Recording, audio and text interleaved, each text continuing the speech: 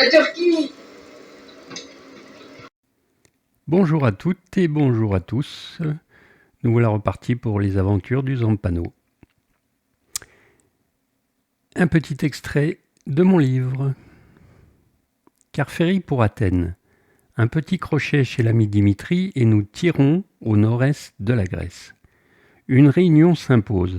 1983. La guerre froide fait rage et certains a priori ont la dent tenace. Par exemple, tête de Turc. Ouh là là, n'allez pas en Turquie, c'est un coupe-gorge, les gens ne sont pas sympas, il n'y a que des voleurs. À force de bruit qui court, on est presque convaincu. Presque. Bon, que fait-on? Si c'est vrai, on est mal, ils vont nous repérer, c'est sûr, la peinture est rose bonbon, je vous rappelle. Arrête de déconner, c'est sérieux. Pourquoi, elle n'est pas rose peut-être? D'abord, estimons ce qu'il y a à voir dans le pays. Gérard, ton pragmatisme est salvateur. Il va chercher notre Bible, un livre du Reader Digest qui recense les merveilles naturelles. Notre Wikipédia sans abonnement. La Cappadoce, ville troglodyte et ses cheminées des fées. Le mont Ararat et son volcan éteint. Mais la perle de la Turquie est Pamukkale. Des sources hydrothermales se jettent du haut d'une falaise, formant des bassins magnifiques de couleur bleue et blanc à l'eau cristalline. Arrête de lire! Qui vote pour y aller? 4 votes pour, 0 contre. Faites vos bagages. Le détroit des Dardanelles est franchi par le pont d'Istanbul. En son milieu, la frontière Europe-Asie. Nous bifurquons sud et le soir venu, le Zampano est garé à l'orée d'un bois touffu. Pas âme qui vive. À une centaine de mètres brille une lumière blafarde. Les portes sont fermées à clé, les jeunes? Et vous, les fenêtres sont verrouillées? Josette, avec son optimisme en acier trempé, réplique. Vous êtes parano, ma parole. Ouais, c'est ça, pas envie d'être égorgé en plein rêve. Toc toc. Y a quelqu'un qui frappe? Pierre ouvre la porte mi-figue mi-raisin. Un homme aux cheveux blancs, à la barbe avenante et un sourire un peu édenté, enlève sa casquette, nous regarde de ses yeux rieurs. Pas un mot n'est échangé. Dommage que la langue espéranto n'a pas fait d'émule. Ce serait plus simple que par signe. Mais bon, on se comprend toujours finalement. Venez, venez! Il nous montre la lumière blafarde. Pierrot visse sa casquette de marin. J'y vais. Les voilà partis se fondre dans la nuit. Une bonne heure s'écoule, mon père revient la casquette légèrement de travers. Venez, ils sont très gentils, il y a une petite soirée musicale improvisée. Je prends mon accordéon. La soirée fut mémorable et émouvante. C'est reparti. Le lendemain, on s'enfonce dans les terres turques. Un matin, garé en bordure de route, toc toc, venez! Il y a une épidémie ou quoi? Accueillis comme des princes, petit déjeuner à la confiture d'amandes, baignade dans une piscine improvisée, sourire, visite du village, les filles sont belles, dommage que l'on reparte. Un des peuples les plus accueillants et chaleureux, pas vu une seule tête de Turc.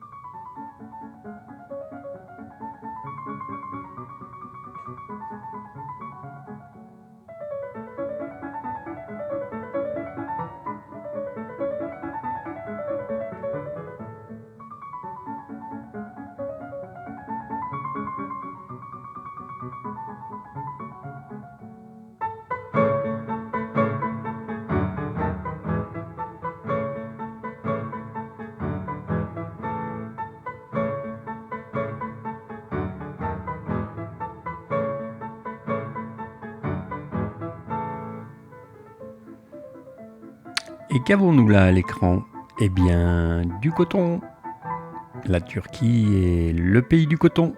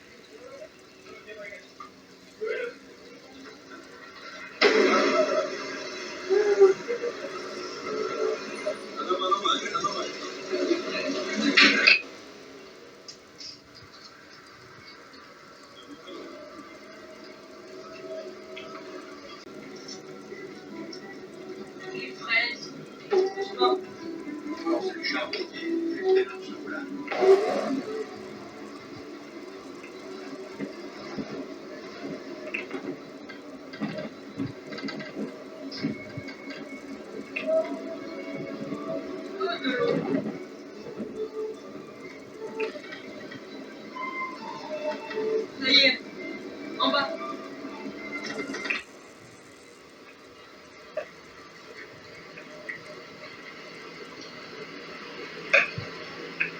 Ça se l'eau.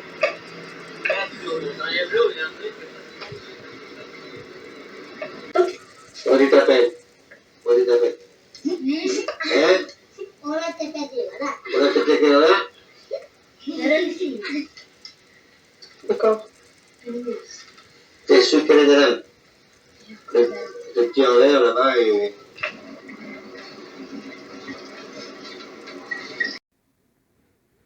Et voilà, je vais vous raconter, enfin essayer de vous raconter ce qui nous est arrivé à Pamukkale. Et pas qu'à nous d'ailleurs, vous allez comprendre pourquoi. Donc je vais la raconter d'une traite et après, avec les images, je préciserai parce qu'elle n'est pas facile à comprendre du premier coup. Allez, c'est parti. Extrait de mon livre. Pamukkale et ce pauvre Thomas Andrews.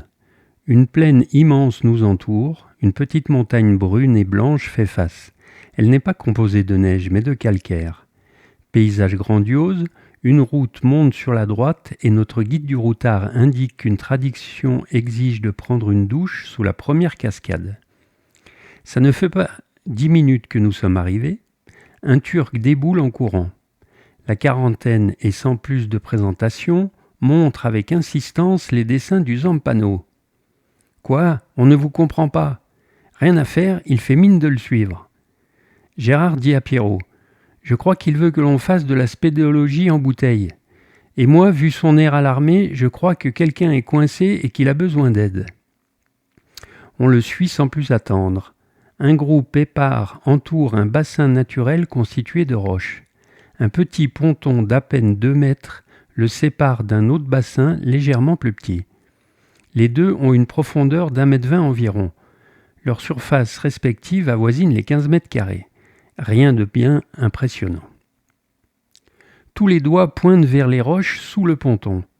On ne voit rien. Si, regardez, il y a un trou de la largeur d'un homme au fond. Par des gestes, on demande. Y a quelqu'un là-dedans? Oui. Depuis combien de temps? Impossible de se comprendre plus. Gérard fonce enfiler un maillot de bain, saute dans le bassin avec son masque et ausculte l'entrée. Je vois de l'autre côté du ponton, ça donne sur le bassin suivant. Ah, attendez, il y a un second boyau qui descend fortement. Je n'en vois pas le bout, j'y vais. Gérard, tu sors de là tout de suite et tu ne discutes pas, affirme mon père. Mais il y a peut-être une poche d'air plus bas, il faut faire vite. On va faire vite mais intelligemment.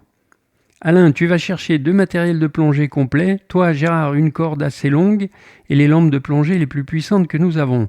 Les bouteilles sont gonflées? Oui, alors foncez. Je rappelle que Pamukkale est à 200 ou 250 km de toute mer, c'est en pleine montagne. Je continue. Tout est prêt, Gérard indique que le boyau est vraiment étroit, il va falloir se faufiler avec les bouteilles, ça sera limite. Alain, on est les plus minces, c'est ou toi ou moi, frangin. Là, j'ai peur, je ne me sens pas. Je te comprends, t'en fais pas, j'y vais. En revanche, si ça tourne mal, je viens dans ce foutu trou, tu as ma parole. Je n'en doute pas, allez, viens. Bon, Gérard, tu descends, la corde est attachée à ta taille. Si tu tires un coup, ça signifie lâche du mou. 2 coups, remonte-moi. 3 coups, il y a un gros problème. Et Alain, tu vas chercher ton frère. Moi, je tiens la corde dans le bassin. Alain, tu es équipé, t'as vérifié ton matériel? Oui. Vas-y Gérard, et fais gaffe, go, go, go. La corde défile lentement, mon père compte les mètres. 1 mètre, 5 mètres, 10 mètres, 20 mètres, arrêt. Le temps s'éternise, on retient notre souffle. 2 coups, il remonte. Gérard émerge du trou, je vois à son regard qu'il est chamboulé. Il est dans une espèce de grotte, il est mort noyé. La nuit tombe, le moral avec.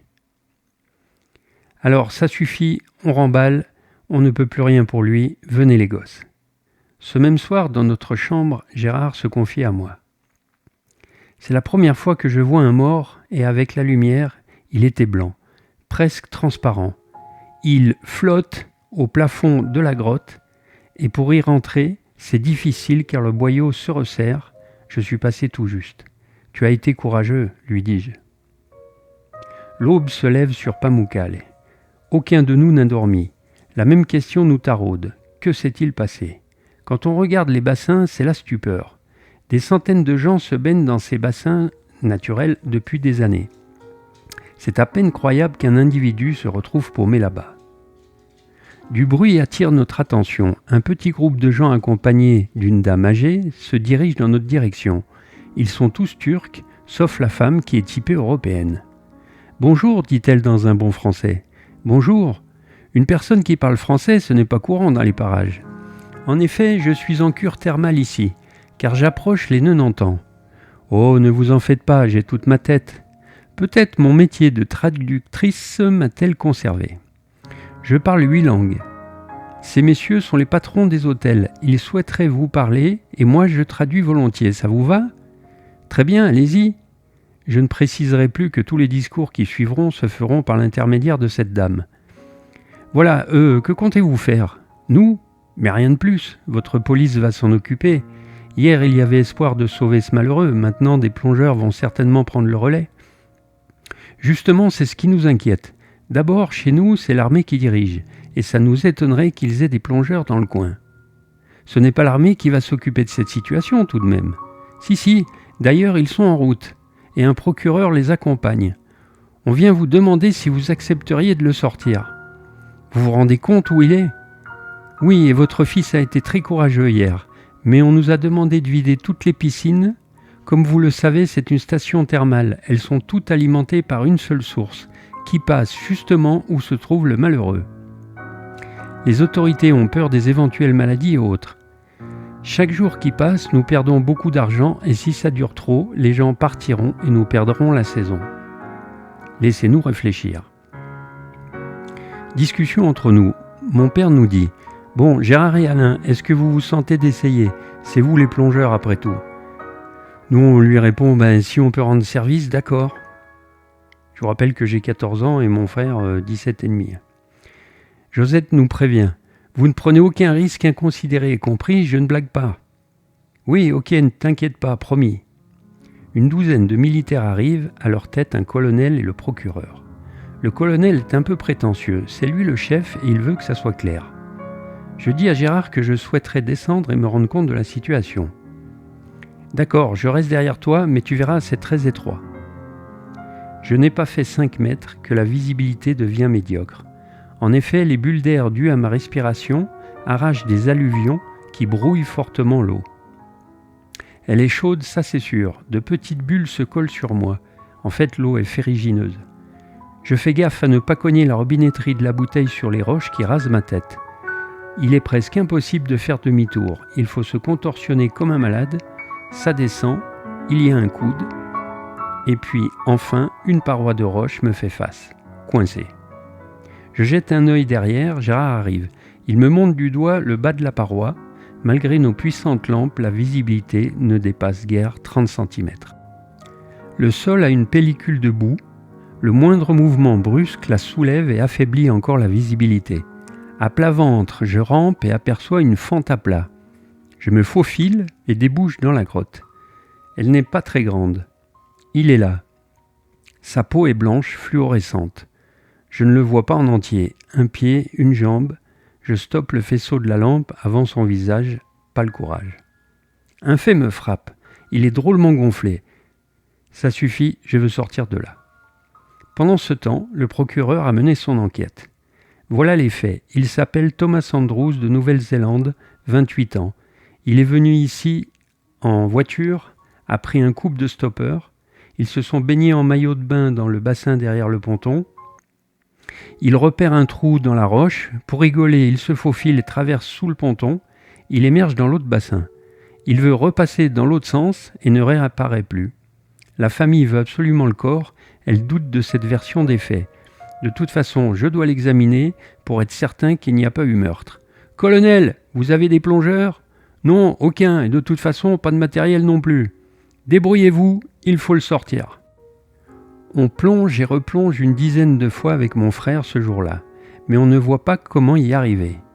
Le soir tombe, les patrons d'hôtel se battent entre guillemets pour nous inviter dans leur restaurant. 3e jour. Il y a un monde fou.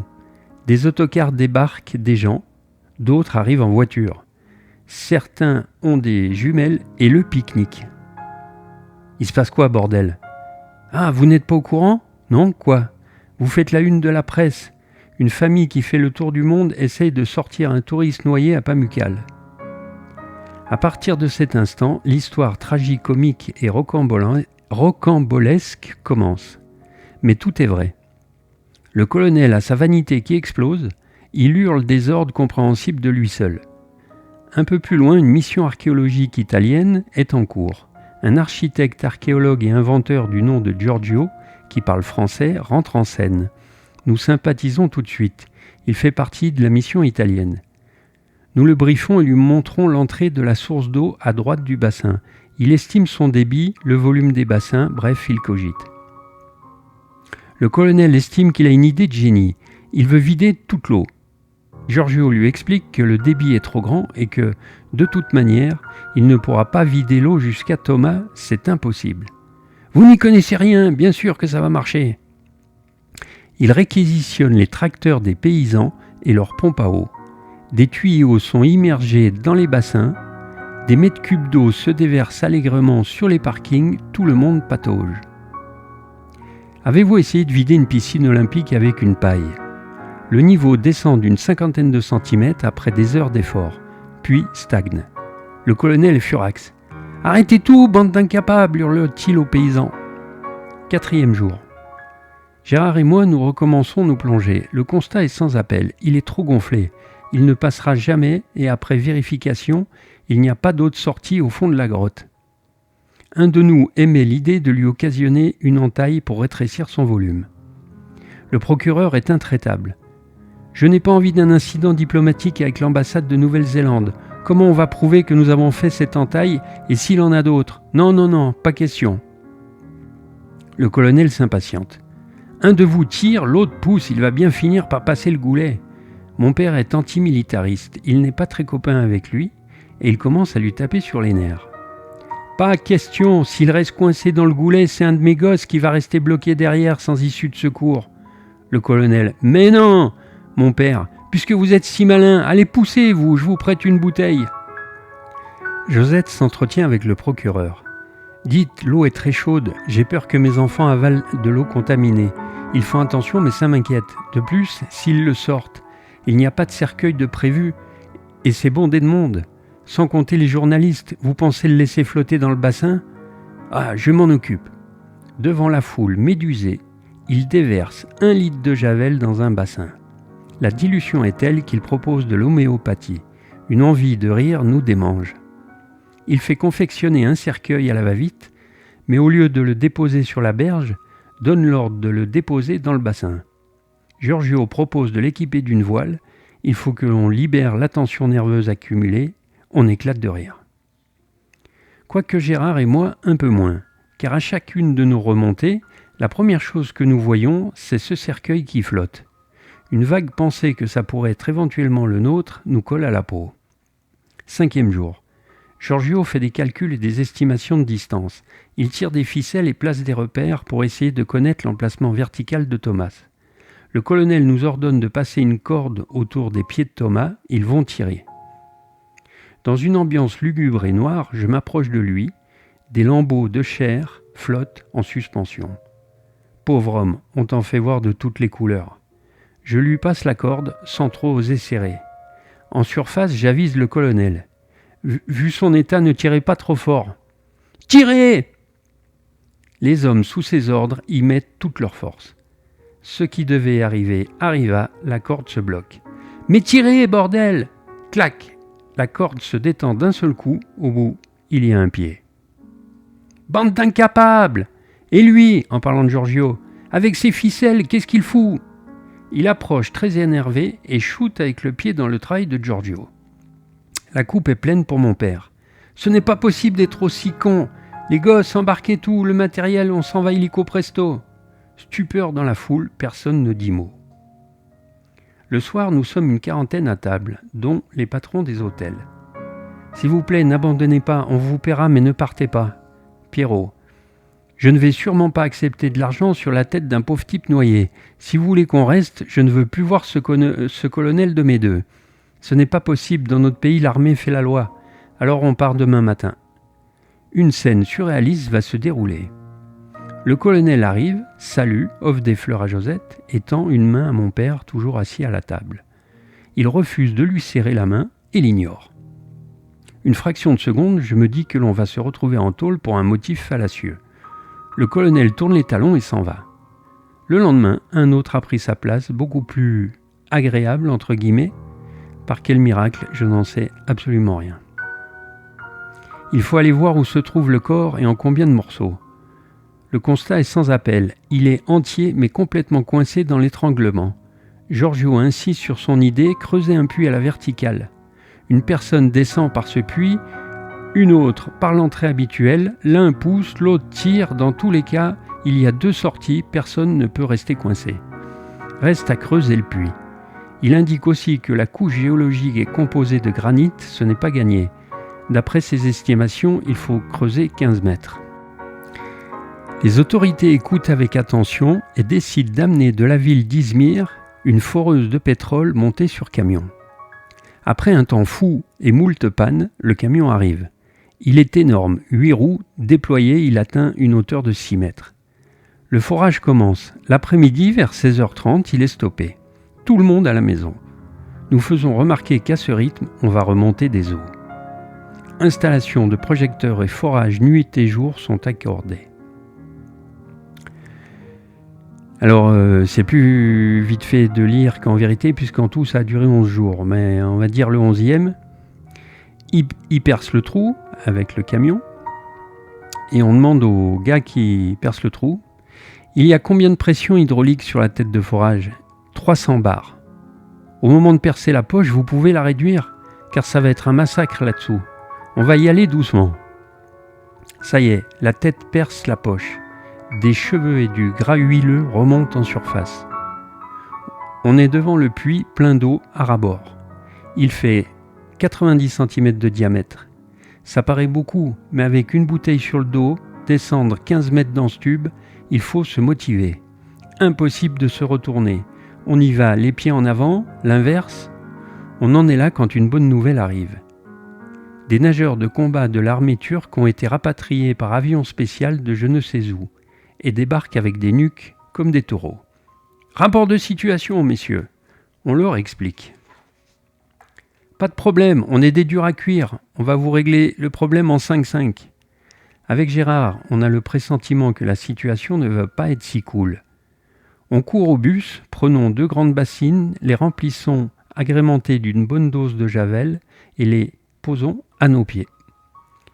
Ils prennent Thomas à bras-le-corps, ils tirent, poussent, le corps pivote, le ventre s'ouvre, il part en morceaux, le corps fait surface, ils jettent leurs bouteilles et courent comme si des démons étaient à leur trousse.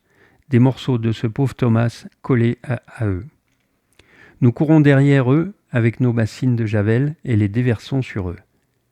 Dans leur chambre d'hôtel, ils se sont saoulés à mort. Quant à nous, les patrons d'hôtels nous offrent de rester le temps que l'on veut gratuitement en pension complète. Nous les remercions, mais préférons partir au plus vite. On n'en peut plus et il faut que l'on change d'air. Au revoir Pamukkale, Thomas repose en paix. Maintenant, je vais commenter les images du film que l'on a, qui n'est pas de très bonne qualité, mais c'est la seule version que j'avais. Donc, je commente. Donc là, on voit mon frère à droite, Gérard, avec sa bouteille de plongée dans le bassin. Mon père tout à gauche et au milieu, dans le bassin aussi, le Turc qui est venu nous chercher, qui a vu les poissons dessinés sur le bus et qui s'est dit « Putain, c'est des plongeurs ».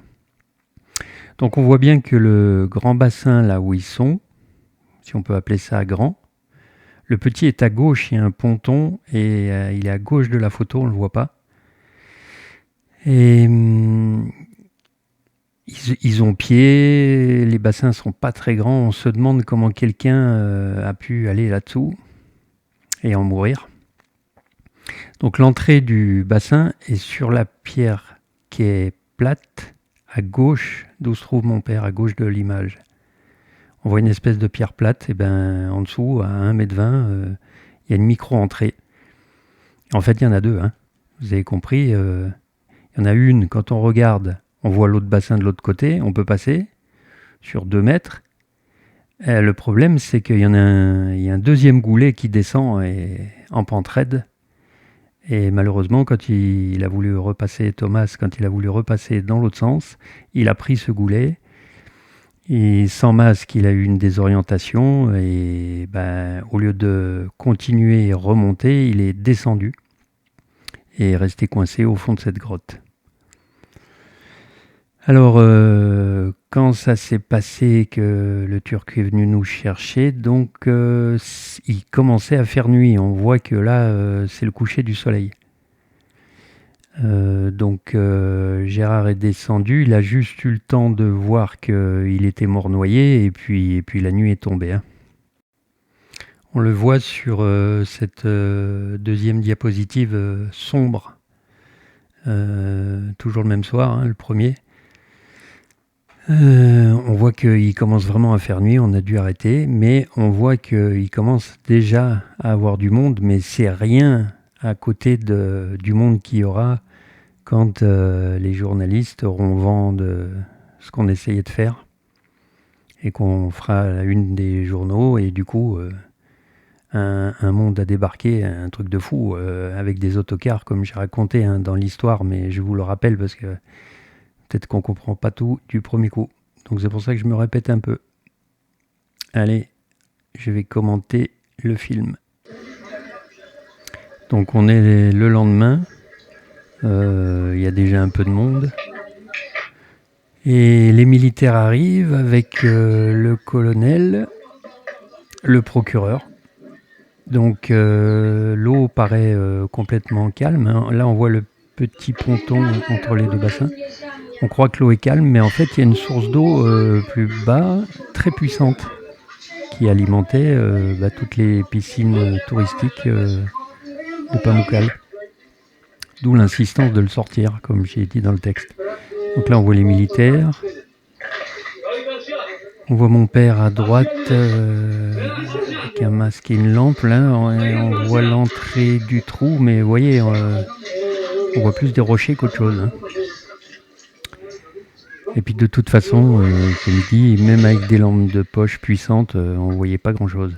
Ça, c'est le Turc qui est venu nous chercher, qui essaye aussi de descendre un peu en apnée, mais ça sert à rien parce que une fois dans le trou, on peut même pas nager tellement c'est étroit. Là, bon, l'image est mauvaise, mais il faut faire avec. On voit mon frère accroupi, mon père en avant-plan. Alors, il est en train de s'équiper à gauche là. Toujours le Turc qui est venu nous chercher à droite, qui a essayé de faire tout ce qu'il pouvait. Et la foule qui regarde. Donc ça y est, Gérard descend. Mon père le surveille. Il est attaché à une corde, donc comme j'ai dit dans le récit, il tire 2 coups, c'est qu'il remonte, 3 coups, ça va pas, faut que j'aille le chercher. Bon, de toute façon, dans pas longtemps, je vais descendre aussi.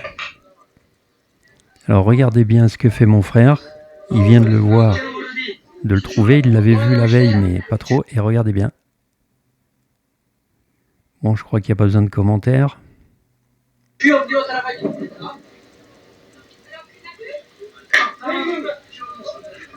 Au deuxième corps. Deuxième corps. Ben là, le champ, il a une grosse corde.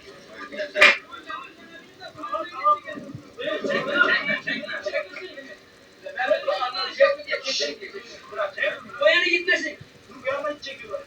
Hayır.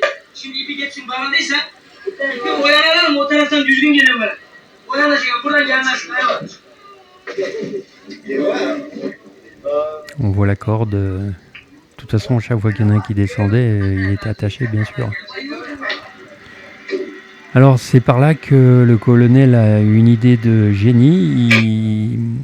Il va réquisitionner tous les tracteurs des paysans du coin avec leurs pompes, des grosses pompes, vous allez voir. Hein. Et il dit, on va vider les bassins. Et Giorgio lui dit, non, mais c'est impossible. Hein. Si, on va y arriver, vous y connaissez rien. Donc, on verra après, c'est difficile de commenter. Voilà, vous voyez que ça crache sur les parkings une quantité d'eau phénoménale. Les 2 bassins sont descendus de 30 cm, 40 cm au bout de nombreuses heures d'efforts. Et puis l'eau a stagné puisque la source d'eau était beaucoup plus puissante que les pompes à eau des tracteurs.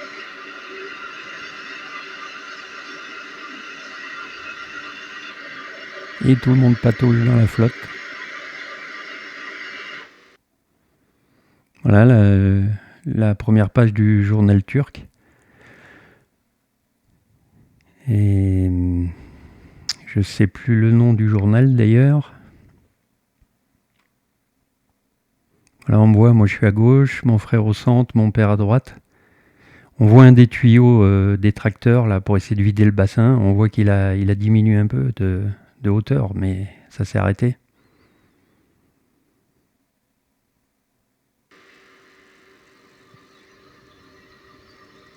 Alors,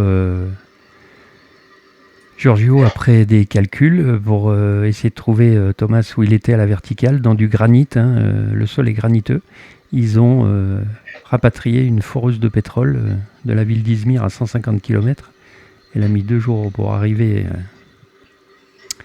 C'est une foreuse de pétrole, prospection de pétrole. Un truc de fou quand même.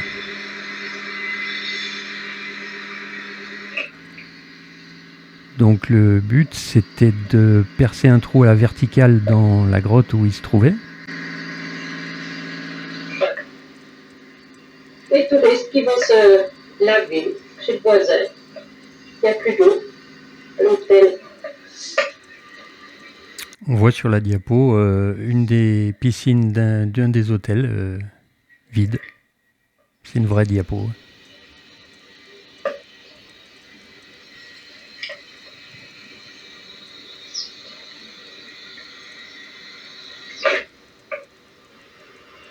Voilà, on voit que c'est au milieu d'une montagne, Pamukkale.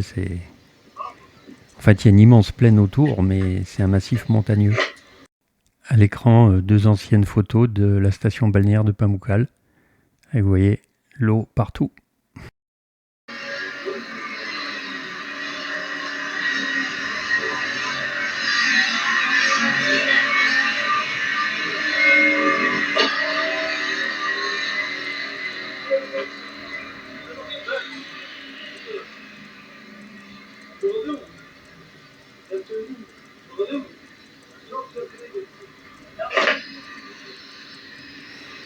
Alors un tracteur est en train d'aplanir l'endroit où elle va être posée la foreuse.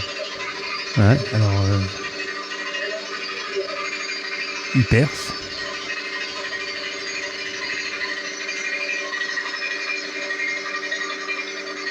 voyez la taille de l'engin, hein. Rappelez-vous, ouais, je sais, je me répète un peu, mais ces images ont 44 ans. Hein.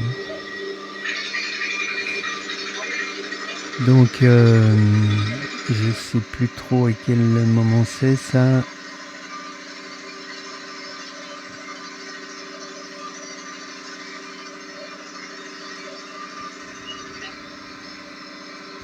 Le colonel au centre en bleu, le procureur à sa droite en chemise blanche. Moi je suis en bleu, à côté de la colonne, mon père à droite. Et vous pouvez voir sur ces deux diapos, surtout l'autre, la tête qu'on fait.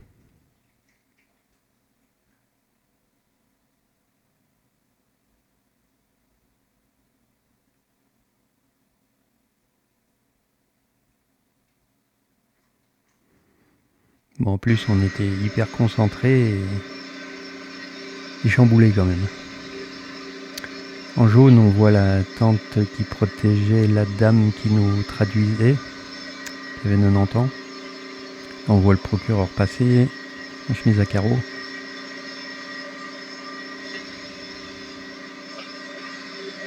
Mon père qui va lui parler.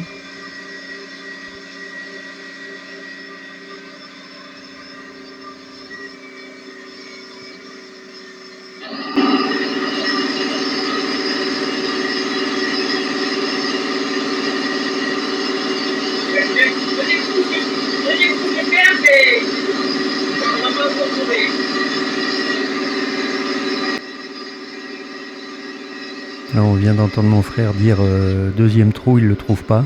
On voit Giorgio à gauche, celui qui a fait les calculs, l'inventeur et archéologue. Voilà le site archéologique où il travaillait, où il y avait la mission italienne. Quand il a vu tout ça, il s'est dit il se passe quoi là-bas et il est venu. On est devenus amis d'ailleurs, on le reverra en Italie. Là, on a aperçu les deux bassins. Voilà, vous voyez, au milieu, et c'est pas large. Hein. Et ben, voilà, là on voit les pompes. On arrête sur image.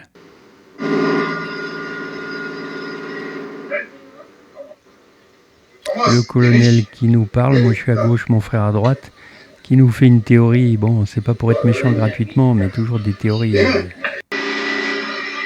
assez incroyables.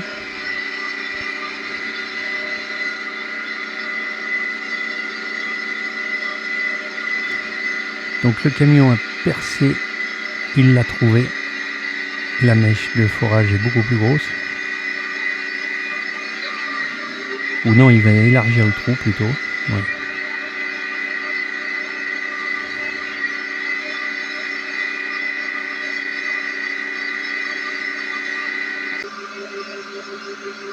Voilà. Ils ont percé la grotte. D'où cette eau qui remonte. Hein. C'est pas que ça se vide en dessous. Ça brasse l'eau. D'où on lui a dit 300 bars d'air, il faut y aller mollo parce que vous allez le déchiqueter quoi. Déjà qui était pas en bon état. Incroyable. C'est quand même incroyable. Je sais pas si vous réalisez. Si. C'est à peine croyable. Alors toujours du monde quand on gonfle les bouteilles sans arrêt, puisque on était sans arrêt dans l'eau. C'est curieux. Voilà. Moi je suis en maillot de bain bleu, mon père en rouge, mon frère à droite, les cordes, les bouteilles. Alors, le colonel en a un peu marre, c'est par là qui, voilà la traductrice, une brave dame. Donc le colonel en a un peu marre et il dit, ben, vous allez lui attacher une corde au pied et puis mes gars ils vont tirer. Donc moi j'y suis allé, je lui ai attaché une corde au pied et je lui ai dit ne tirez pas trop fort. Avec sa vanité, il a hurlé si tirez, ils étaient au moins 10 gars qui ont tiré et ben il s'est déplacé dans une autre petite grotte et on lui a arraché un pied. Donc il a fallu redescendre pour aller voir où était le corps. Est-ce que l'eau est claire? Giorgio. On voit le cercueil qui est dans le bassin. Chaque fois qu'on remontait avec mon frère, on voyait ce cercueil là.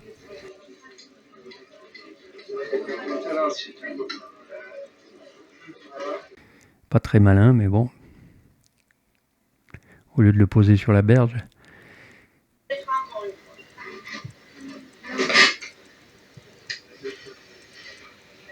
Donc je rappelle, ça a duré 11 jours. Dimanche inclus.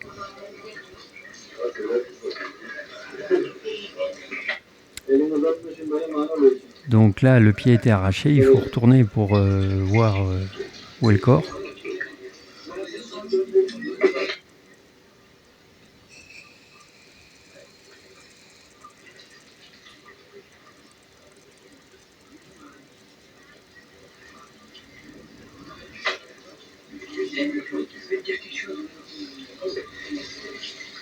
Şimdi bu sefer birinci defa girdiği kadar cesurca girmesin.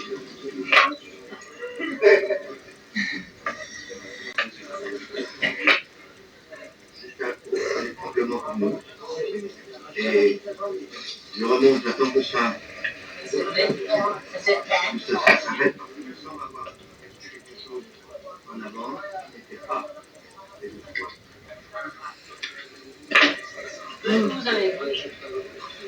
Une jambe, sortez, la cuisse, coincée comme ça. Moi, je suis On a vu un morceau d'os, mais on va aller chercher ce morceau d'os, on ne pense pas que c'est lui. Mais la jambe, c'est lui.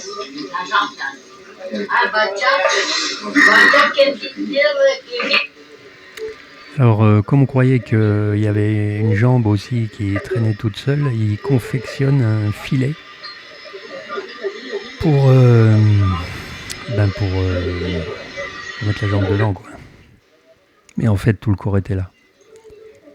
C'est pour ça que je dis c'est une histoire tragico-comique, parce que c'était tellement intense que par moments ça peut paraître bizarre. On rigolait, après on rigolait plus du tout. Et émotionnellement, ça a été quelque chose. Hein. Et après, bon là j'ai pas le film, les nageurs vont arriver et, comme j'ai raconté, le prendre à bas-le-corps, le remonter. Et voilà, cette histoire incroyable. Mais enfin, malheureux pour ce jeune. Les patrons des hôtels, pour nous remercier, nous disent de rester en pension complète le temps qu'on veut, mais on partira. Mais avant, le Turc est venu nous chercher, nous invite chez lui, dans sa famille. On avait mal vu la première fois, tout le corps est là.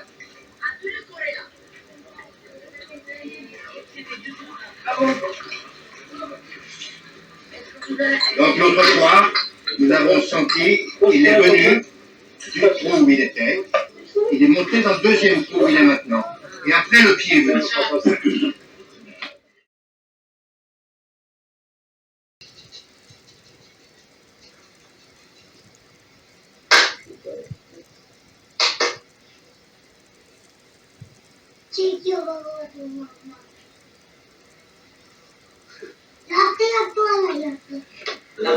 Tu viens d'un peu de champ à droite. C'est bon.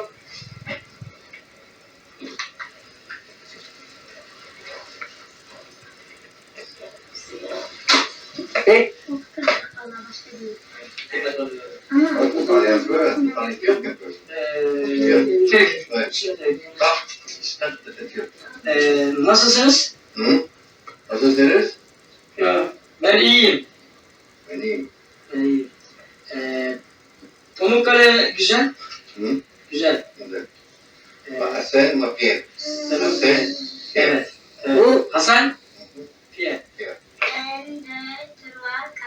1, 2, 3, 4, 5, 6, 7, 8, 9, 10, 11, 12, 13, 14, 15, 16. Nasılsın? Güzel mi? Bak güzel mi bunlar? Onu alalım. Gidecek mi? Fransa'ya gidecek mi?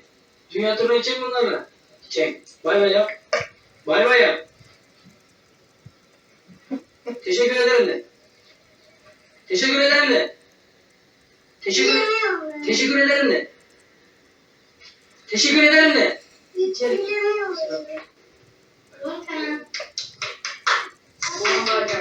Volkan bay bay de. Hadi.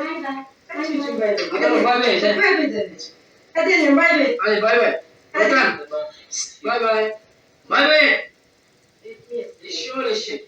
Arabam yanında para yardım bir köye gidelim. Hadi bay bay de. Hanım bay bay de. Hadi çocuğum bay bay. Hadi al bakalım. Bay bay mama. Hadi. Dükkana gidiyoruz hadi bay bay. Volkan. Hadi bay bay de. Yürü bay Bay bay. bay. Hadi Hadi. bay. Bay bay oğlum. Bay bay. Çocuk ne oldu? Bay bay Volkan. Bay bay. Öyle mi?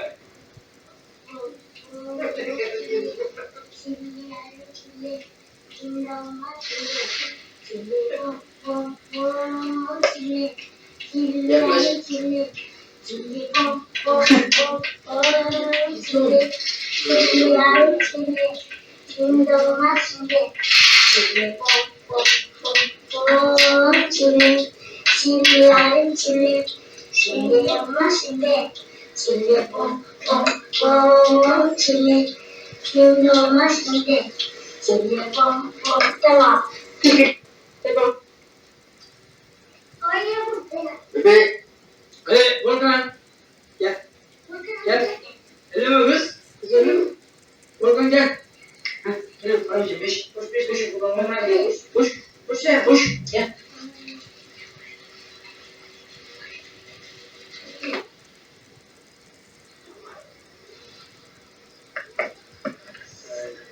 Karanların tuması doğrayacağım. Yemeği yap. Tamam. Mancarayı. Esin. Yemek yiyoruz çabuk hadi. Tamam. Arkadaşlar Fransa'dan geldi. Bugün misafir. Bizle yemek yiyeceğiz. Tamam. Senin şarkısı falan. Konuş.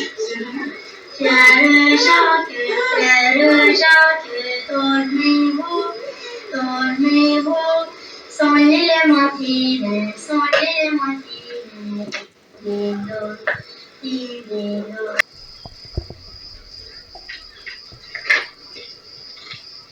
Et voilà, le lendemain, on reconnaît Hassan, hein, le Turc qui est venu nous chercher. On a passé une super soirée, très gentil. Il a branché le bus, le Zampano, nous a donné de l'électricité, de l'eau, nous a fait visiter un peu le village, du coup ça nous a changé les esprits. Et ça y est, nous allons continuer notre tour du monde. Action.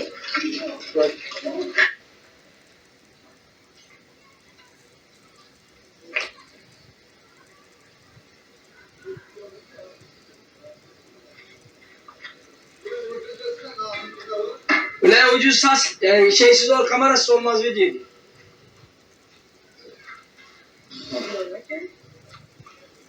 Oğlum bir...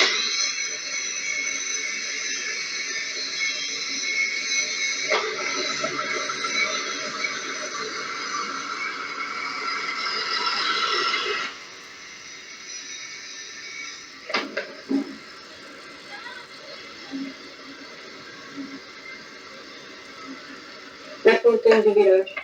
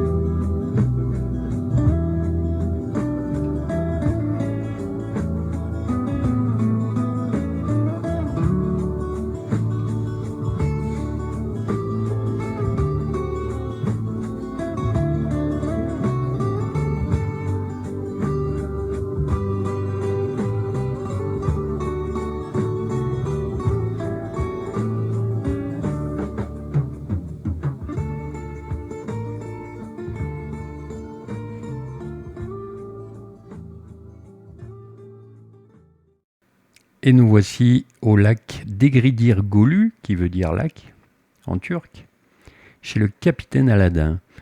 Il tient un restaurant, un personnage incroyable.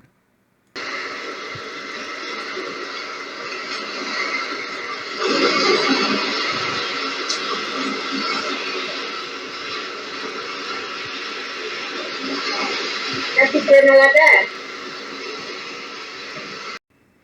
Dans ce lac, on pêche des écrevisses et vous allez voir son restaurant en particulier et surtout, pour l'addition, le capitaine Aladin dit « tu donnes ce que tu veux ». Et puis il sort.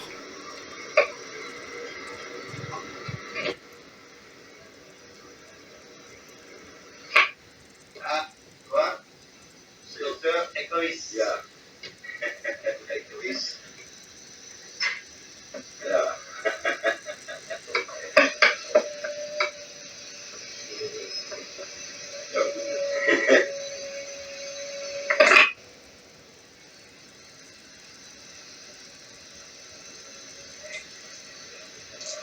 Comment j'ai?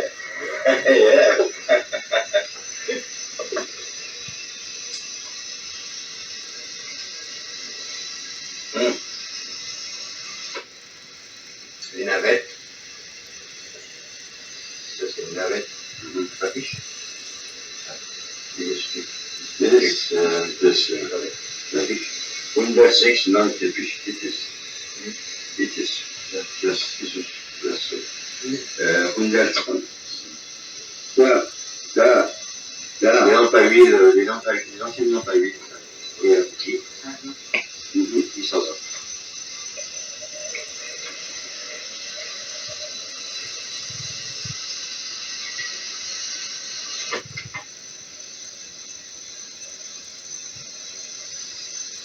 Les sur lui, non?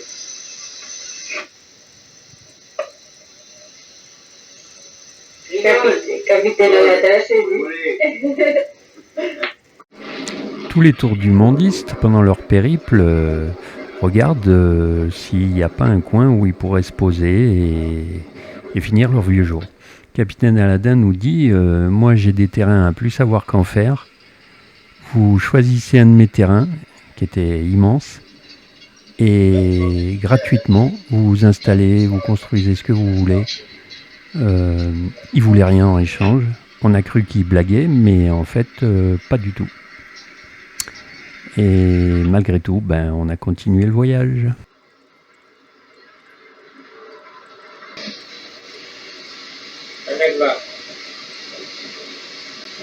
Comme vient de le préciser mon frère, des images des chutes Managva.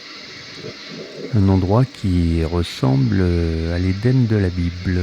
Merveilleux.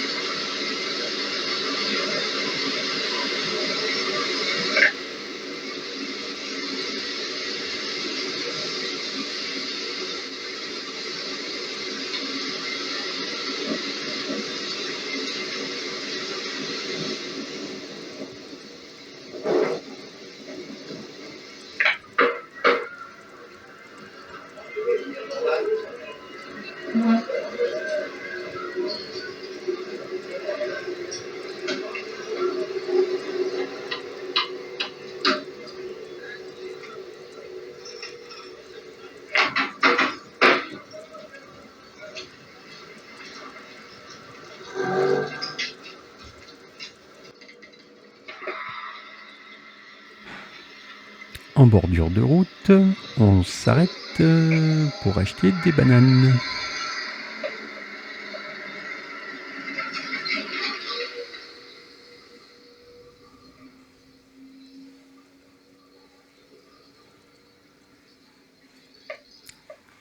Le Turc parle avec les mains, bien évidemment, et mon père et mon frère regardent quand même si le poids annoncé est le bon. On ne sait jamais.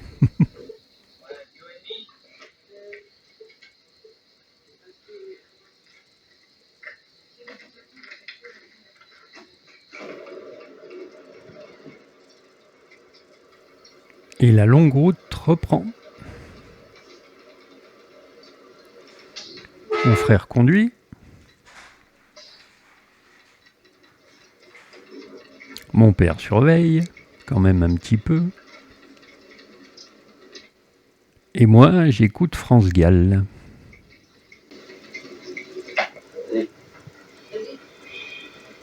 Là, il y a le son originel.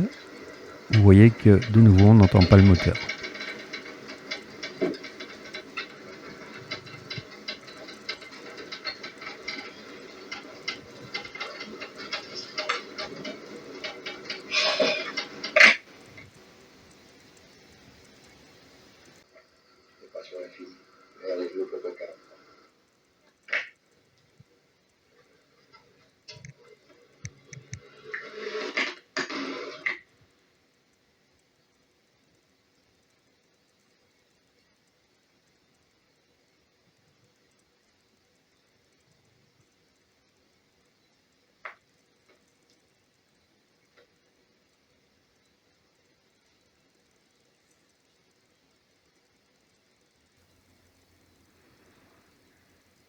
À l'écran, on peut voir des arbres à caoutchouc. Le vrai caoutchouc, pas l'industriel.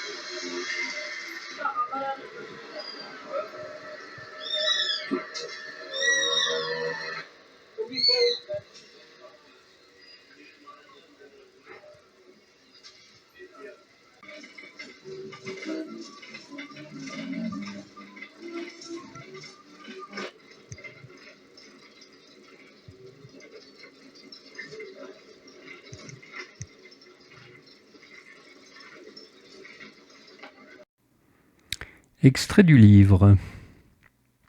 Donc ce que je vais vous raconter, c'est vraiment ce que vous voyez à l'écran. Quand vous allez voir quelqu'un conduire, en fait, c'est moi. Allez, c'est parti. Une plaine de champs de coton s'épanouit de part en part d'une route bien droite. Le zampano file à vive allure. Je suis au volant. Une maman et sa fille se tiennent en bordure. Comme un film au ralenti, la petite d'une dizaine d'années court en direction de la route. Sa mère hurle quelque chose. La petite se stoppe net sur la chaussée. En un éclair, je hurle « Tenez-vous !» J'écrase la pédale de frein. Les roues se bloquent brutalement. Nous sommes à 100 km/h. Je sais pertinemment qu'un coup de volant à cette allure et le zampano partira en tonneau. Je laisse les roues en ligne droite. Un coup d'œil au rétro me montre une fumée bleue intense. 20 mètres, 10 mètres. Ses yeux sont dans les miens. Elle est tétanisée. Elle va mourir, ça passera pas. J'attends la dernière seconde. Je lâche les freins et braque fortement à gauche. Le brave zampano encaisse la charge sur sa roue avant droite, rase la fillette. Je la vois par les rétroviseurs. Elle est presque plaquée contre la carrosserie. Le zampano est de travers. L'arrière va la shooter. Des deux mains, je braque à droite dans un geste désespéré. Le zampano réagit instantanément. Il vire bord sur bord. Le clignotant latéral la percute, mais sans grande conviction. Elle est sauvée. Le zampano s'arrête tout essoufflé. La fumée continue sur sa lancée et nous dépasse. On se précipite à sa rencontre. Elle n'a rien. Ouf! La maman pleure de joie. Dans les moments critiques, j'arrive à adopter des réactions rapides, mais c'est le zampano qui l'a sauvée. Il pèse 14 tonnes, dont presque une tonne perchée à 3 mètres de hauteur. L'inertie est terrible, rien de comparable à une voiture. Moi, j'ai les jambes qui flageolent, mon père me prend dans ses bras.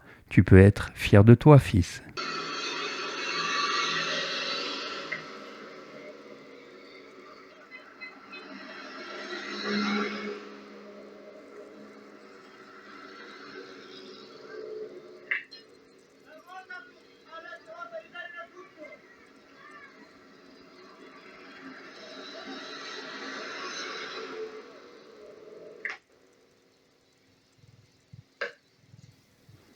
nous allons arriver à Adiaman, une des perles de la Turquie, un site archéologique extraordinaire. Je vais laisser parler un peu mes parents, même si le son sera un peu moins bon.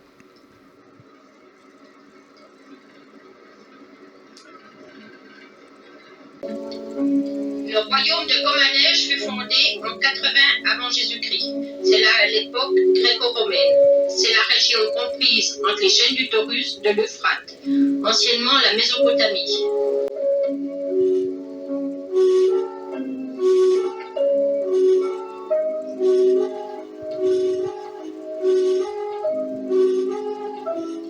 C'est sûrement pas ce joli camion décoré qui a monté les blocs de plusieurs tonnes en haut de d'émeraude Tagui. 100 ans avant Jésus-Christ. Incroyable, mais vrai. Vous allez voir.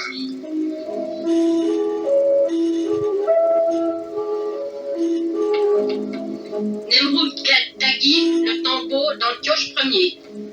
Le sommet, 2100 mètres d'altitude.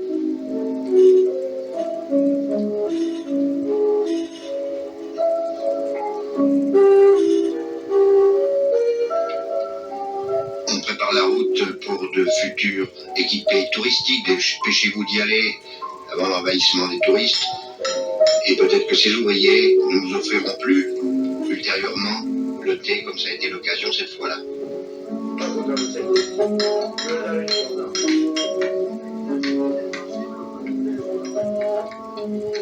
La chaîne du Taurus.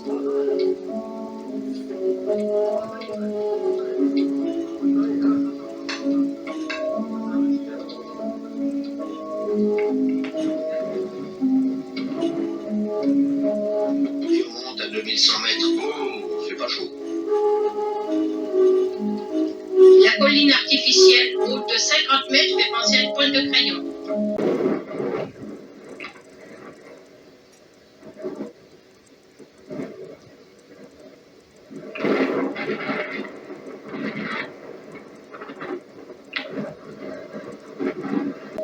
La tête de Zeus, la plus grande connue au monde. 1,80 m de haut, plusieurs tonnes. Des monuments au-dessus qu'on voit mal. Ce sont des statues tournées vers le soleil levant. Le sommet, L'aigle royal.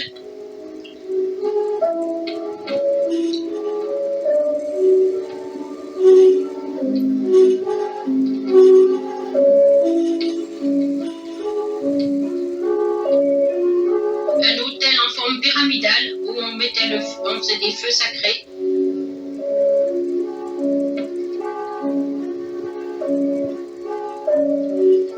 Apollon.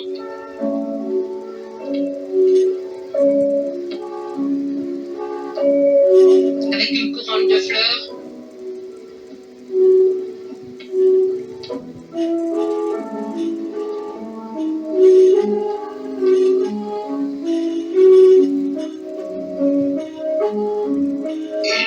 et du côté soleil levant, on aperçoit des statues de dos, là, plusieurs tonnes, en plusieurs blocs, en passant par le sommet, nous passons à la partie soleil couchant.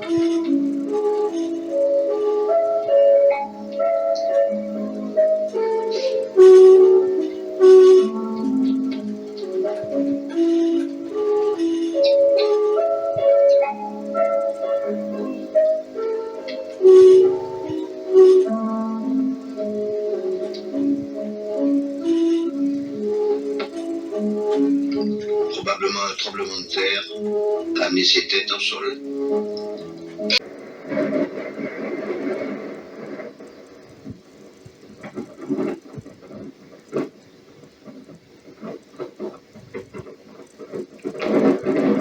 De Fortuna, la déesse de la chance et de la fécondité. Antioche Ier. Zeus.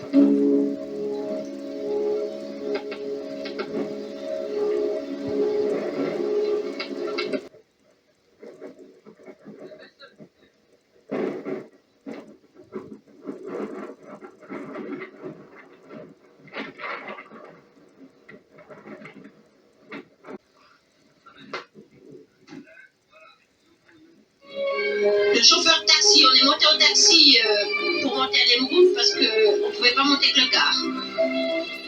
Le refuge, on a dormi pendant la nuit. Et on a bu de l'ouzo. Ah non, pardon, du raki, parce que l'ouzo c'est en Grèce. En Turquie, c'est le raki.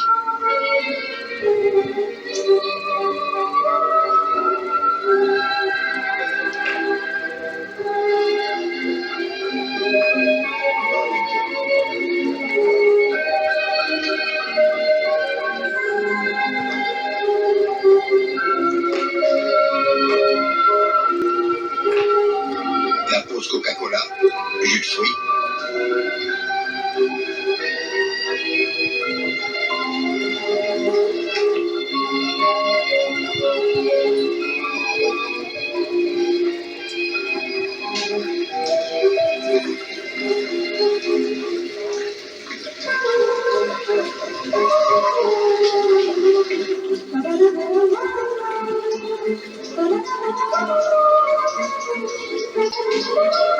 Des grenades.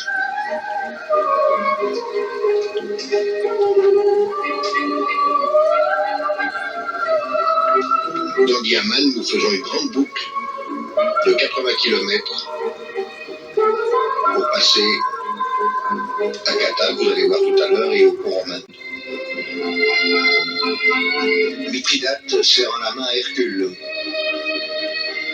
La rivière que vous avez vue tout à l'heure était atteinte depuis le village d'Arsénia par ce tunnel. Les inscriptions ici, en grec. Voilà, par le tunnel, les gens passaient chercher de l'eau pour éviter d'être atteints par les ennemis.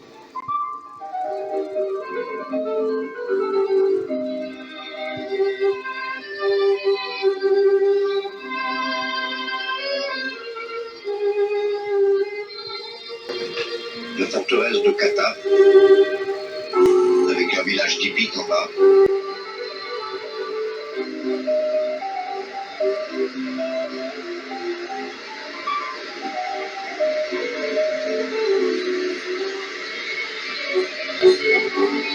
Voilà, le tunnel vient jusqu'à cette rivière.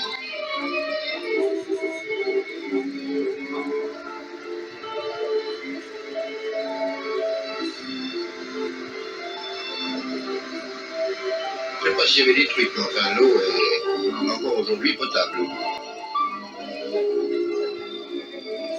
Pour que ça dure.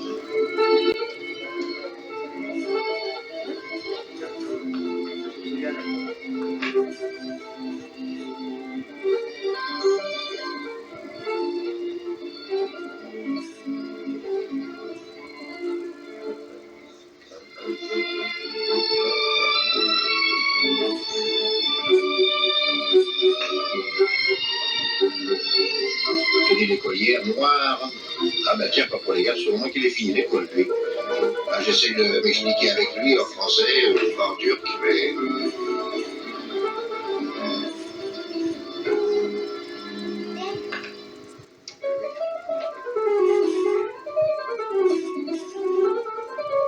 L'ancien château de Kata, toujours.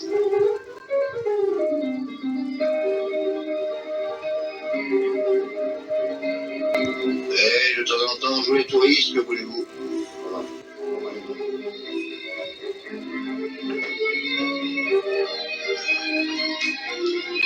La route par laquelle nous sommes venus depuis Nemrut Dagi, en Diaman, Nemrut Dagi, Kata, et retour après en Diaman. Château fort. Depuis là aussi, les gens descendaient dans le rocher pour aller chercher l'eau dans la rivière. Ça a été creusé complètement dans le rocher, sans ascenseur.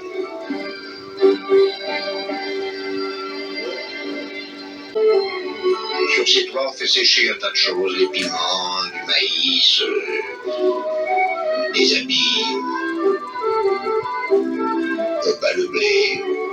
C'est une terrasse économique puisqu'elle ne prend pas de place au sol. Et oui, ces dames, ils voient tout de suite le solarium et la belle vallée.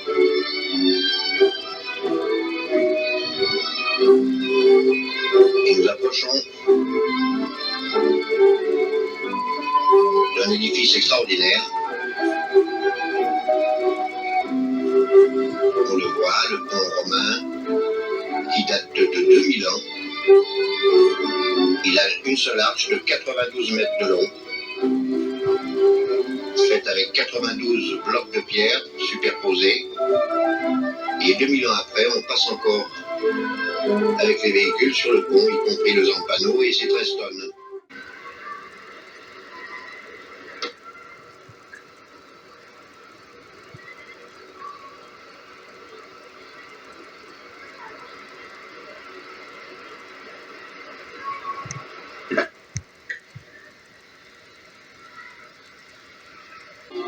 Un camp de tziganes turcs qui n'ont même pas de temps, qui couchent à la belle étoile. Et ils tentent les roulottes, évidemment. Pas de caravane et pas de Mercedes non plus.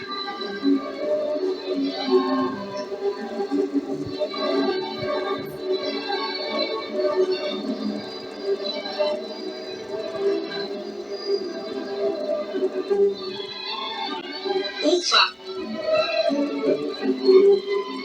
L'étang aux carpes sacrées.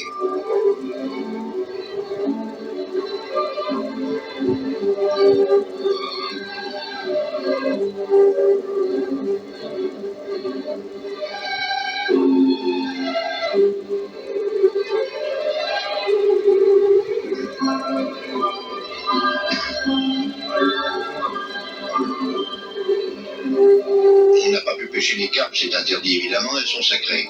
Mahomet était là, le prophète, et il y a eu feu à la ville, il pria pour que l'eau monte, et l'eau monta. D'où la formation des étangs.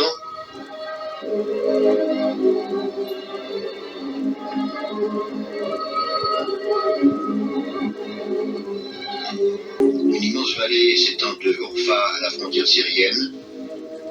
Elle était complètement inculte et elle a été irriguée par un tunnel souterrain venant de l'Euphrate. Nous verrons des maisons tout à l'heure là-bas. Et là, nous sommes à l'intérieur de la plus ancienne université d'astrologie connue à ce jour, 1400 ans. C'est le moment qu'il fasse des réflexions par le caillou, on va le prendre sur le nez.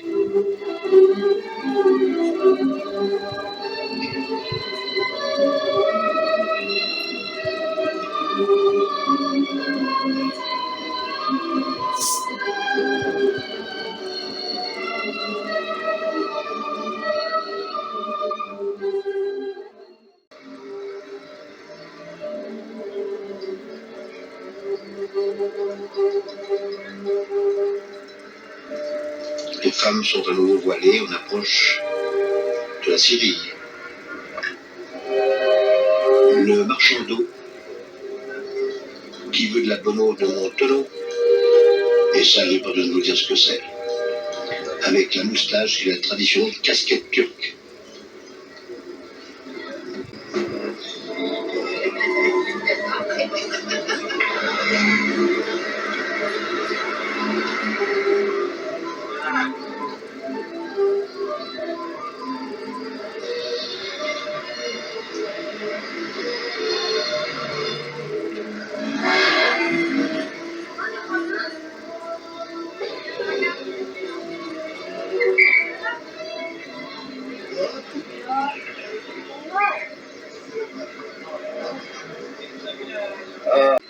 Un bon bain dans la rivière Malatia.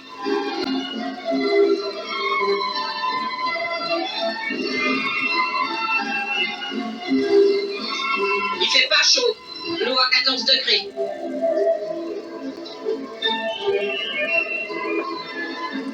Nous sommes en septembre quand même.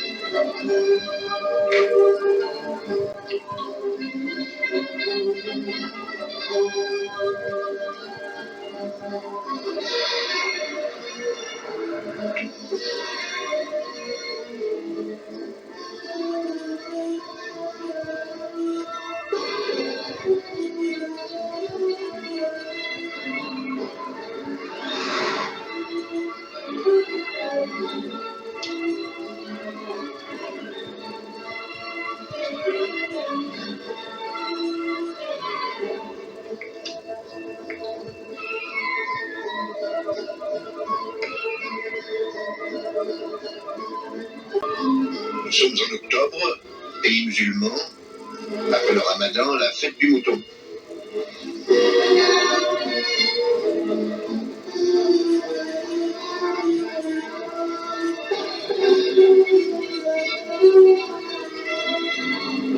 On s'arrête pour voir l'événement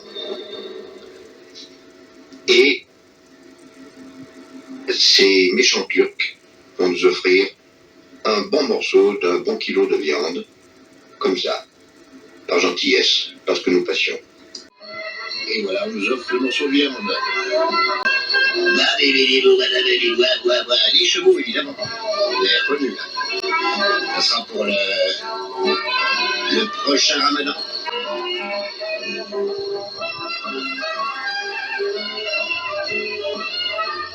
Il y en a le mouton encore. Et le mouton pour l'année prochaine.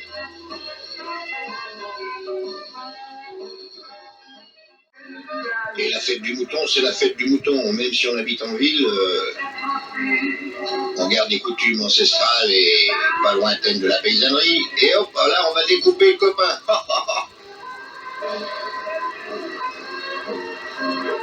Oui, il y en a le bon mouton. Dans la rue, sur les balcons, là, vers l'américaine, il y en a encore un.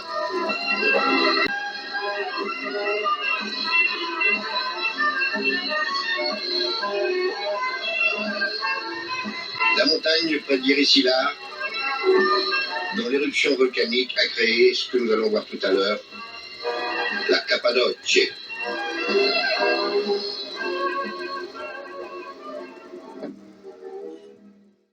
Et là voilà la Cappadoce.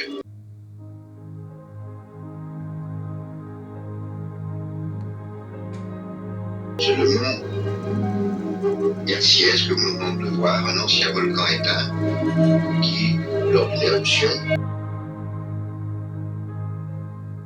éparpilla aux alentours des tufs qui, avec l'érosion au cours des milliers d'années, donna à la région de Gurem un panorama unique au monde. Gurem, c'est une des villes de la Cappadoce.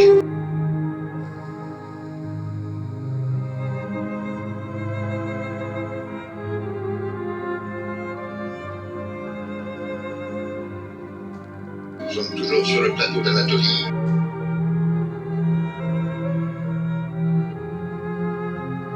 C'est à l'époque où les chrétiens fuyant diverses persécutions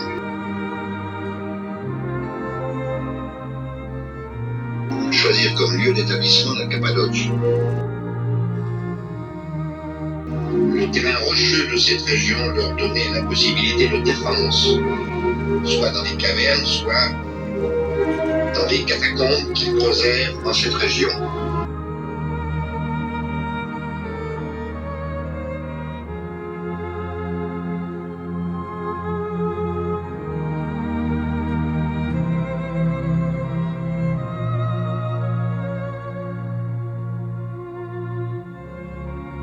Bon, là, ils ont tout creusé, je suis coincé avec le quart, ça c'est autre chose. Enfin, ça va repartir. Kirsboer, Cetra, toujours là.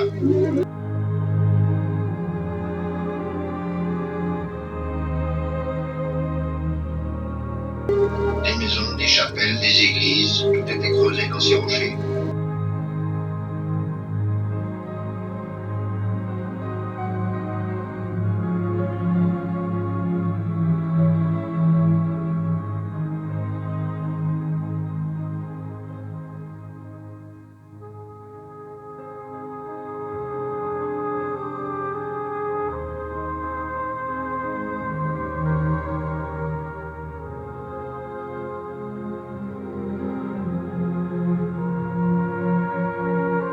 Ces maisons étaient encore habitées il y a 45 ans.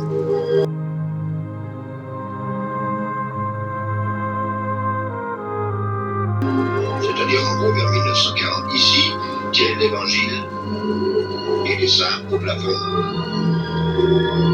de peinture.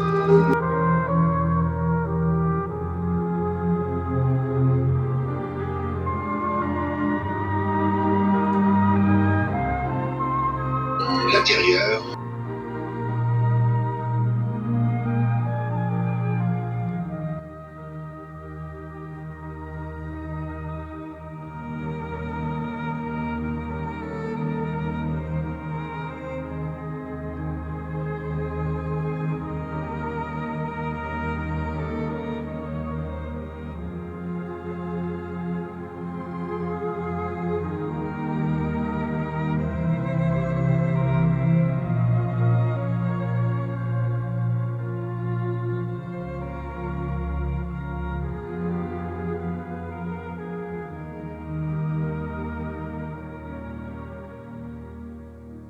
la ville dans le rocher. Ils ont même découvert des villes entièrement souterraines de 6 étages.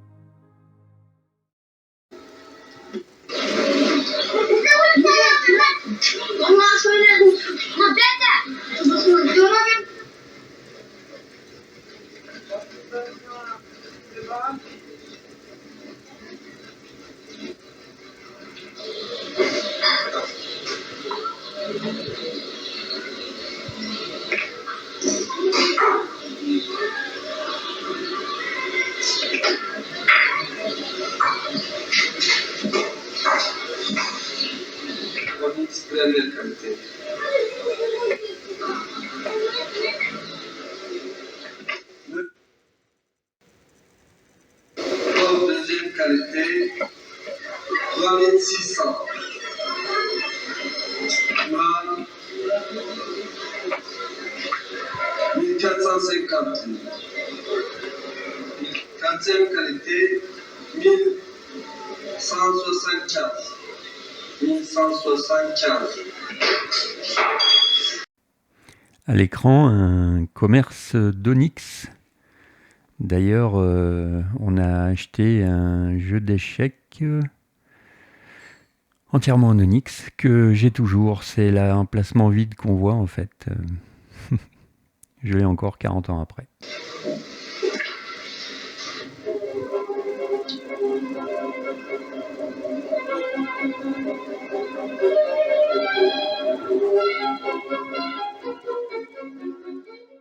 Les laves de la retombée du volcan que nous avons vu tout à l'heure, éruption d'il y a plusieurs milliers d'années,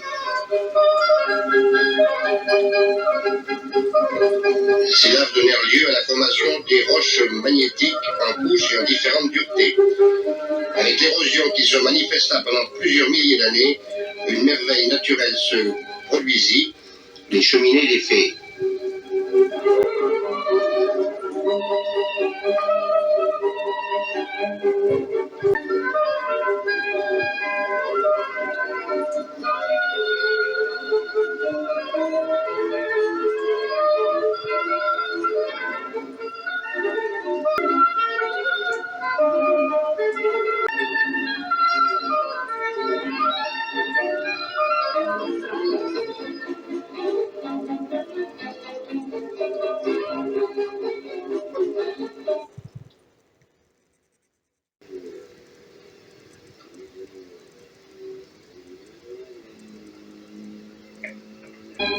Sont toutes creusées à l'intérieur, les escaliers pas faciles à monter.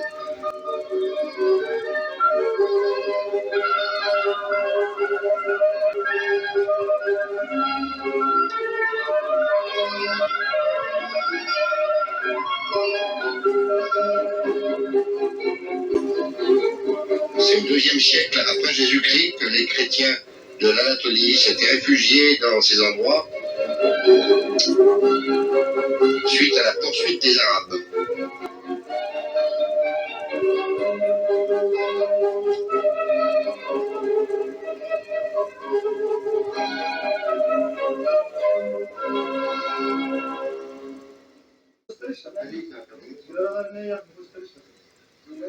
Ma grand-mère de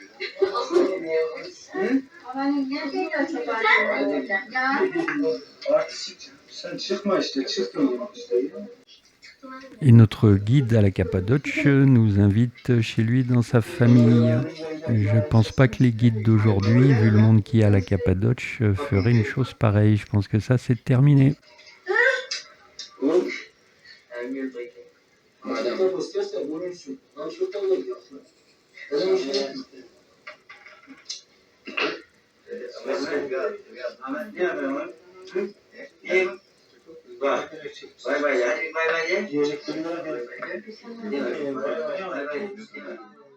Et maintenant, pour les 18 ans Gérard, on file manger au restaurant le Donneur Kebab.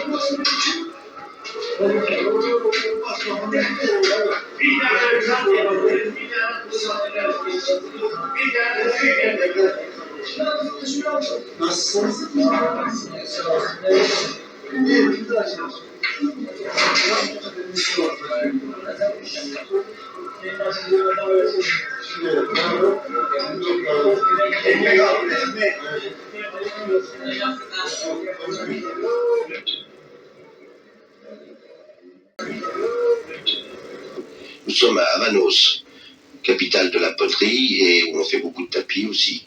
Cette fontaine a été faite par un dentiste qui, à ses heures perdues, était potier.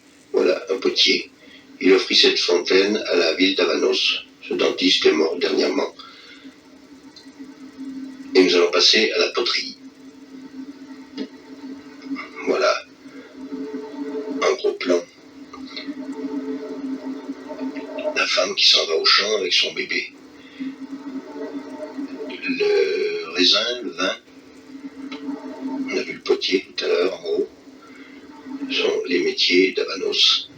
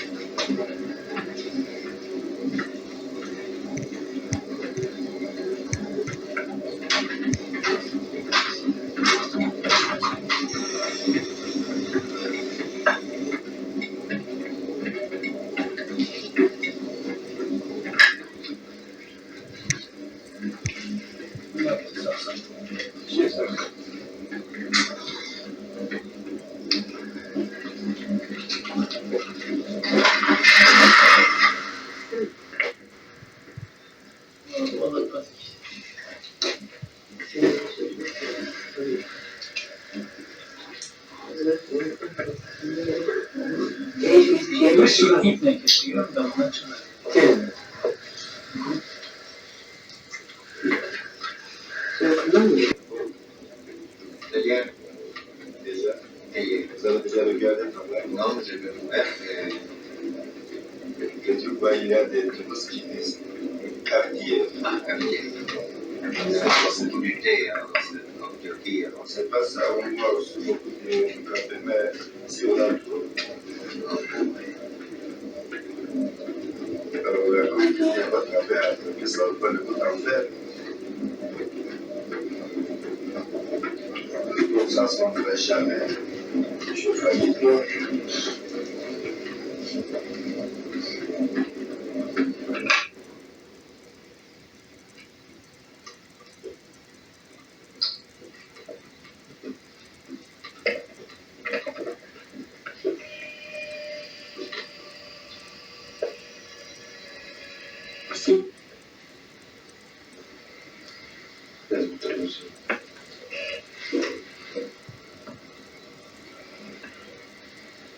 Comme je vous ai déjà dit, pour mettre là, c'est mieux pour avec la carte. Un jour, vous voyez ici, mais c'est quand même pour vous montrer comment ça se fait.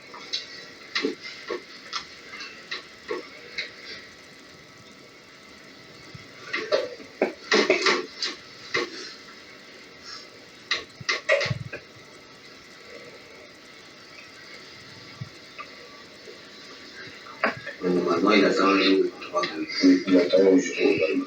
C'est comme si elle dit. Et voilà, c'est tout. Les applaudissements.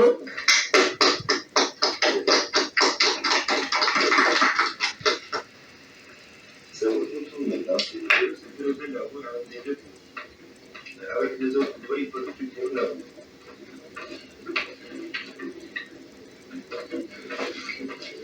Aussi, il va oublier de mettre un peu d'eau.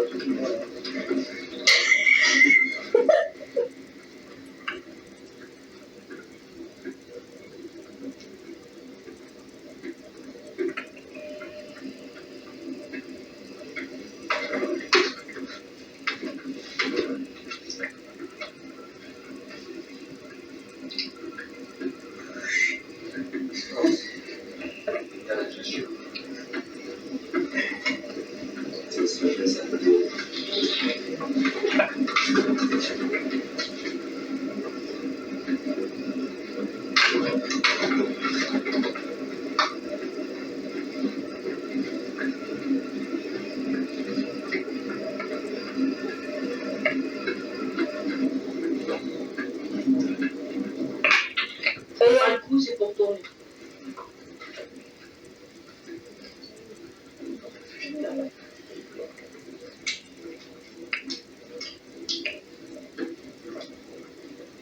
Non, ça devient difficile. Il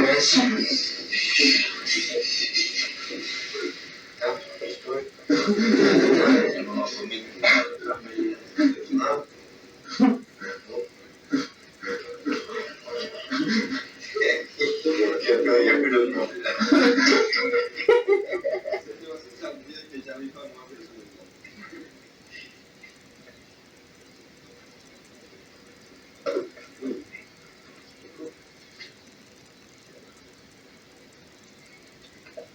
Résultat, chacun son métier.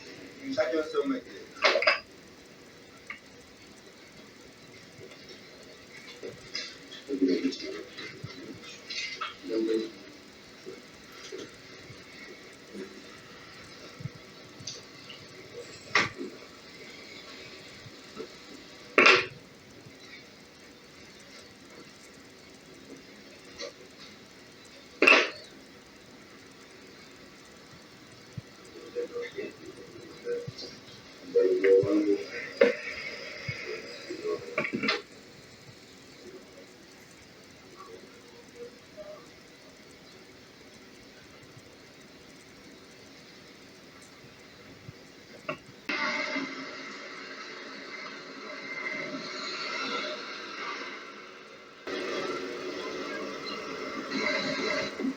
On s'est perdu dans les hauteurs sur les hauteurs de Ankara. On va faire demi-tour et prendre la direction de la mer Noire en passant un col très difficile à 2200 mètres d'altitude.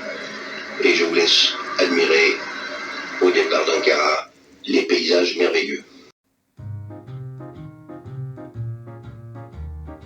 Extrait du livre. Dans le bus, il y a des cachettes construites sur mesure, dont certaines dignes d'un film de 007. L'une d'elles cache des armes. Nous devions partir en bateau autour du monde et les pirates ne sont pas que légendaires. Malgré une sainte horreur des armes, une sécurité minimale s'imposait. On s'est tous entraînés à s'en servir. Voici l'arsenal. Une carabine 22 long rifle à lunettes, pour l'intimidation lointaine, un fusil de chasse à 7 coups automatique à canon scié pour arroser plusieurs assaillants, un revolver Smith & Wesson à 6 coups en inox, capable de tirer sous l'eau, pour la défense rapprochée. Certes, pour une sécurité minimale, c'est un peu exagéré. En bateau, passe encore. Par terre, c'est disproportionné. De bouche à oreille, des montagnards sont intéressés. Nous leur vendons. Le prix est aussi haut que leur village. Affaire conclue. Bon débarras.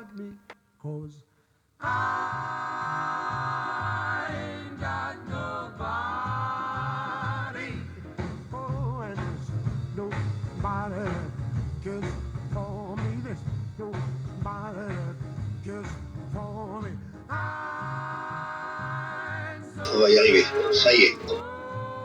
Des pentes de 12 et 15% sur une route non goudronnée. Travaux en construction.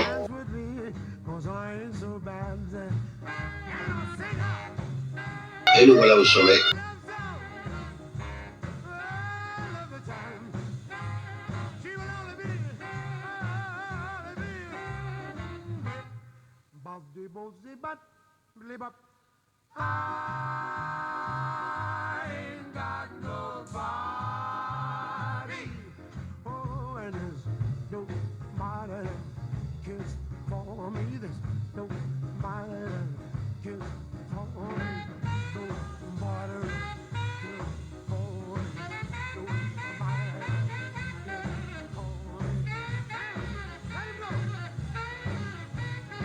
Ça ressemble au petit mazo du Valais.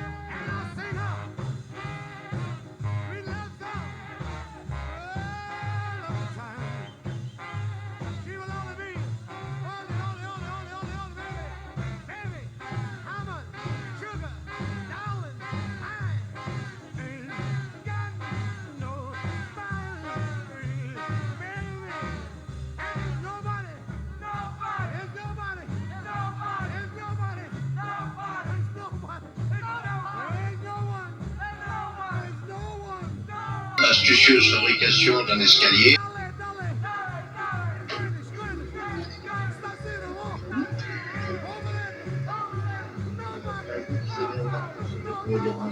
Le pépé s'empresse de venir nous dire bonjour, nous c'est la main. On croyait d'abord qu'il venait nous bastonner.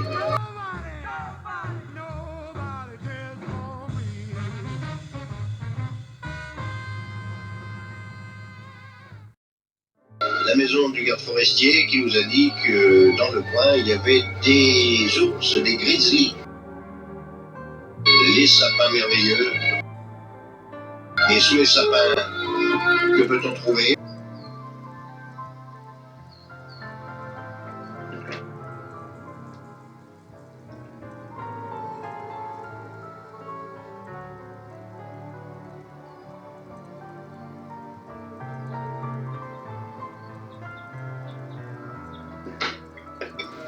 Bah, des fleurs évidemment.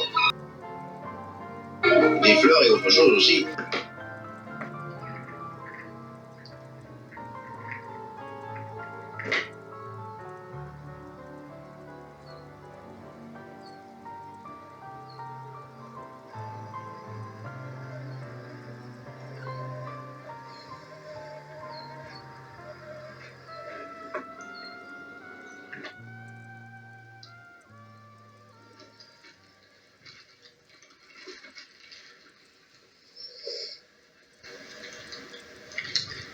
Là où t'es tombé.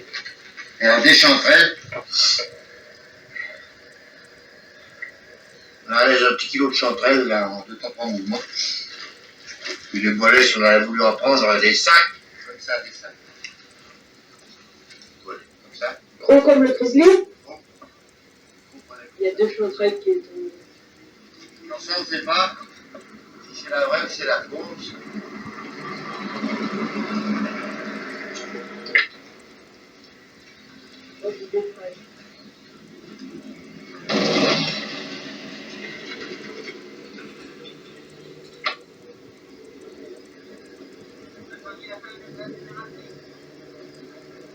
Non. Bon, voilà, on descend du col, nous sommes à quelques kilomètres de la mer Noire, nous arrêtons au bord de la route pour manger, et un monsieur vient nous chercher avec des enfants, il nous invite chez lui à boire leur lait aigre, du raisin, il nous offre du raisin, des oranges, enfin le grand casse-graine quoi. Ce sont des vieux outils agraires là. Une bouteille d'ouzo pour Pierrot. Vous allez voir, c'est lui qui tourne la manivelle. Sa femme a fait visiter la maison à Josette, pas à moi évidemment, parce qu'elles ne font pas visiter aux hommes. Et là on affûte notre Yatagan, le voilà ce brave homme, qui nous accompagna jusqu'à la ville pour aller chercher des fusibles, pour nous expliquer où se trouvait l'électricien. Extrême gentillesse.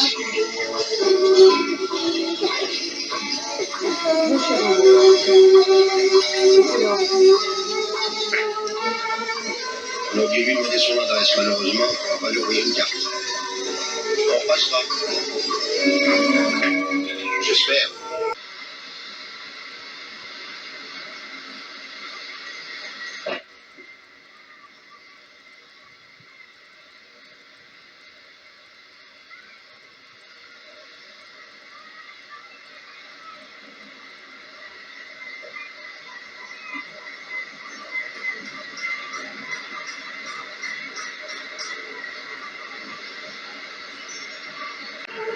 Et nous voilà sur la mer Noire, dans le pays des noisettes, sur des kilomètres, gauche et droite, bordés de noisetiers. Et ce saloperie de groupe électrogène de marque Maz qui nous aura emmerdés tout le long de la route. Vraiment alors emmerdés.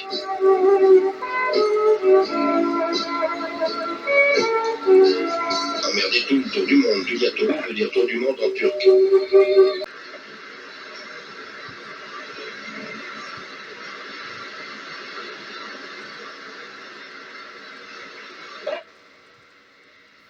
Dünya turu veut dire tour du monde en turc et Irizu Melontokosmo en grec. Elle est en colère aujourd'hui. Une plongée de 10 minutes à 5 mètres dans une eau impossible. Visibilité nulle.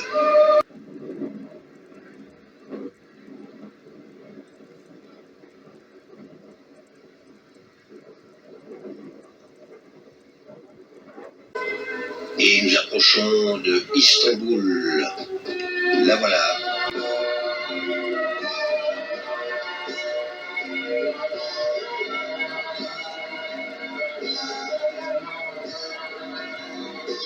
La fameuse mosquée bleue.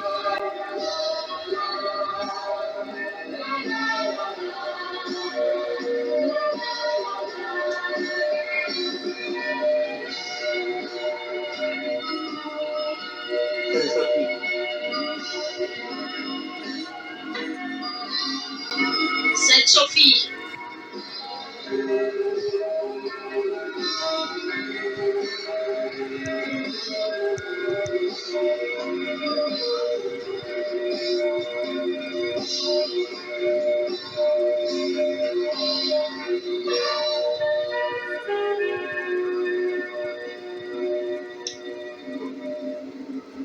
Zampano.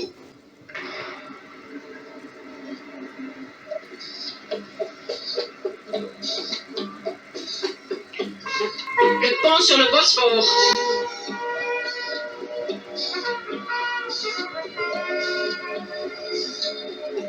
En face l'Asie.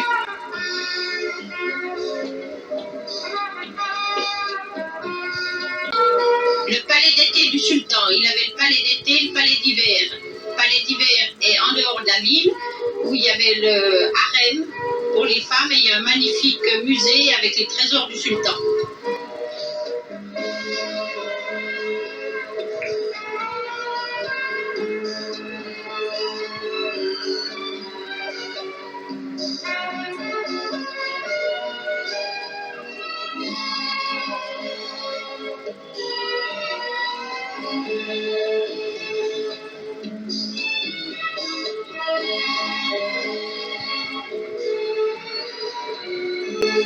Et nous passons à Istanbul, de l'Europe à l'Asie, sur le plus grand pont suspendu d'Europe, 1 kilomètre de long. Et il passe au-dessus du détroit des Dardanelles à 70 mètres.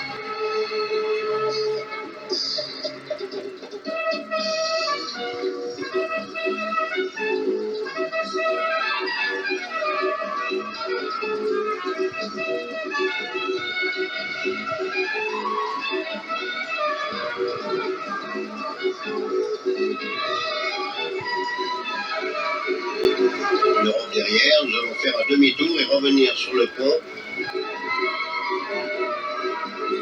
de l'Asie en Europe.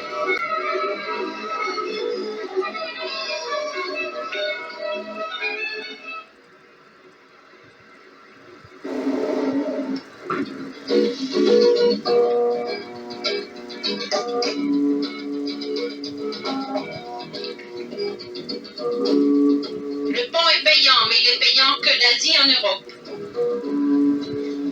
C'est bien sur le Bosphore qu'on passe là. Là-bas au fond, la Russie. Derrière nous l'Asie et devant vous l'Europe.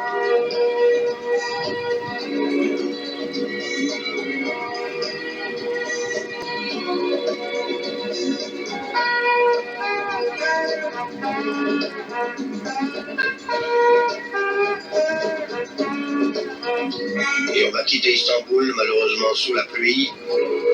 On n'aura pas pu en profiter beaucoup.